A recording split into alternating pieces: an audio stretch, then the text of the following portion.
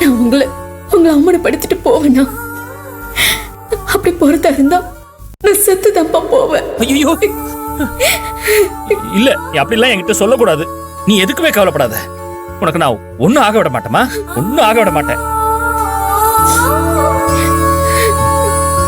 என்ன என்ன எல்லாரும் பாக்குறீங்க? இந்த காளிங்கராயன் தோத்துட்டான்னு நினைச்சீங்கல்ல? அதான் இல்ல, என் பொண்ணு திரும்ப வந்துட்டா. பாத்தீங்களா? என் கண்மணிக்கு எப்பவுமே அவங்க அப்பா தான் முக்கியம். என்னைக்குமே அவ என்ன தலை குனிய விட மாட்டா. நான் தலை நிமிர்ந்து நிக்கிறதுக்கு காரணமே என் பொண்ணுதான், தெரிஞ்சுக்கோங்க. இல்லம்மா? அப்பா, உங்களுக்கு இவ்வளவு தூரம் மனசுடைஞ்சு பேச வச்சதுக்கு என்ன மன்னிச்சிருங்கப்பா. நான் எப்பவுமே உங்களோட பொண்ணுதான்ப்பா. உங்களுக்கு எப்பவுமே அசிங்கப்படுத்த மாட்டேன். அண்ணே, என்ன பெத்த ஆத்தா, நீ இதெல்லாம் சொல்லவே தேவையில்லைம்மா. நான் உன்னை இந்த அப்பா புரிஞ்சுக்கிட்டேமா, நல்லாவே புரிஞ்சுக்கிட்டேன்.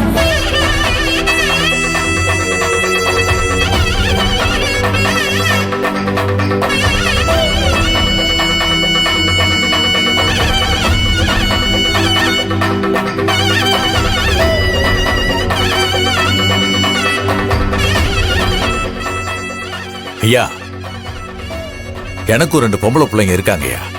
ஆனா அவங்க எல்லாம் இவ்வளோ அன்பா இவ்வளோ பாசமா இருப்பாங்களாலாம் தெரியலையா. உங்க கண்மணி உங்களை நல்லா புரிஞ்சிருக்காயா, உங்க மேல உயிரே வச்சிருக்கா, உங்களுக்காகவே வாழ்றாயா. உங்க மனசுக்கு ஏத்த மாதிரியே வந்துட்டா. பாத்தீங்களா? அழாதீங்க, கண்மணி உங்களை அழ விட மாட்டாயா. அப்பா, உங்களுக்கு பிடிக்காத விஷயத்த நான் செய்ய மாட்டேன். என் அப்பா ஊர் முன்னாடி தலை குனிஞ்சு நின்றவே கூடாது. எப்பவுமே கெத்தா தலை நிமிர்ந்து நடக்கணும்னு தான் ஆசை. நீங்க பயப்படாதீங்கப்பா, உங்க பொண்ணு உங்க பேச்ச மீற மாட்டோம்.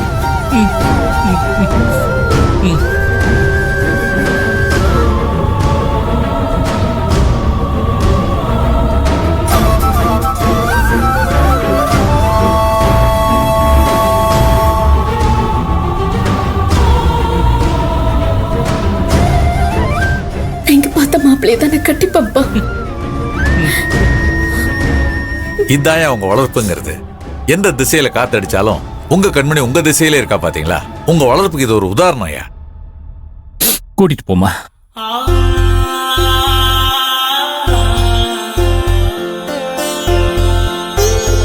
இரு, நான் பேசுறேன். மாமா, எல்லா இடமும் தேடணும்மா. இங்கதான் இங்க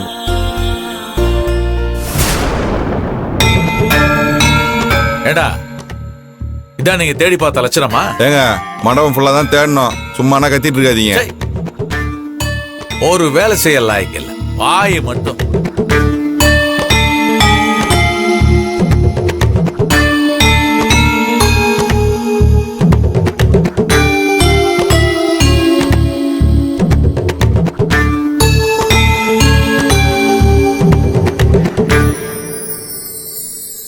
கூல்ட்ரிங்க்ஸ் சாப்பிடுறீங்க?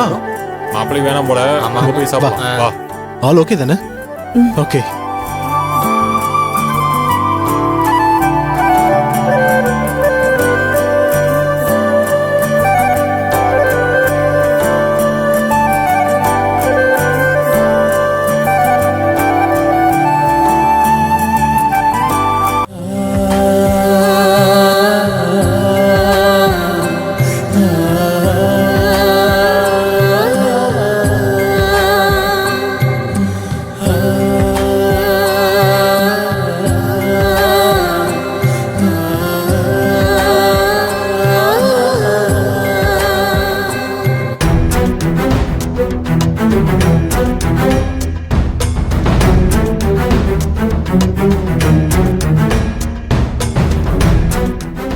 சக்திவேலையா இந்த அளவுக்கு எமோஷனலா பேசுவாருன்னு நான் நினைச்சு கூட பார்க்கல.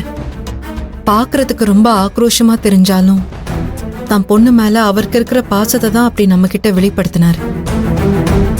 அவ்வளோ பெரிய மனுஷன் அப்படி பேசி பேசி ஆதங்கப்பட்டு கண்ணீரோட கோவத்தை பாக்குறப்போ நான் சத்தியமா சொல்றேன், எனக்கு பயமே வரல. அவர் மேல பரிதாபம் தான் வந்துச்சு. அவர் பொண்ணையும் கௌரவத்தையும் அவர் ஒரே தராசுல வச்சு பாக்குறாரு. ரெண்டுமே அவரை விட்டு போயிடக்கூடாதுன்னு நினைக்கிறாரு. அதனாலதான் அவர் அந்த அளவுக்கு உடைஞ்சு நொறுங்கி போய் பேசினாரு.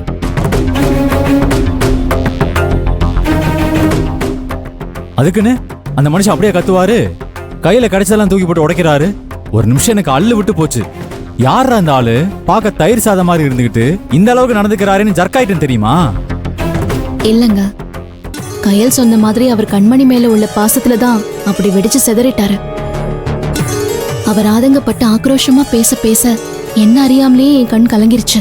அவரோட இடத்துல இருந்து யோசிச்சு பார்த்தாதான் அவர் மனவலி என்னன்னு நமக்கு புரியும். அவ்வளோ பாசம் காட்டி வளர்த்த பொண்ணு இவ்ளோ பேரு கூடி இருக்கிற சபையில இருந்து வேற ஒருத்தனோட ஓடி போயிட்டான்னு தெரிஞ்சா எல்லா அப்பாவுக்கும் கோவமும் ஆதங்கமும் வரதான் செய்யும்.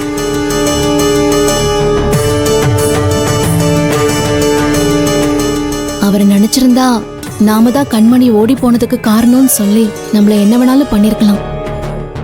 ஆனா அவர் அப்படி எதுவும் பண்ணாம நம்ம கலங்கி போற அளவுக்கு பேசினாரு பாருங்க. அதுதான் கண்மணி மேல அவர் வச்சிருக்கிற பாசத்தோட உச்சங்க.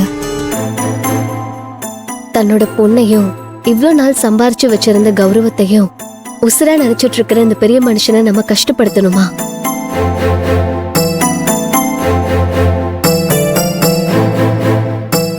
கண்மணிய தினேஷோட சேர்த்து வைக்கணும்னு நினைக்கிறத நம்ம இதோட கைவிட்டுறது நல்லதுன்னு தோணுது.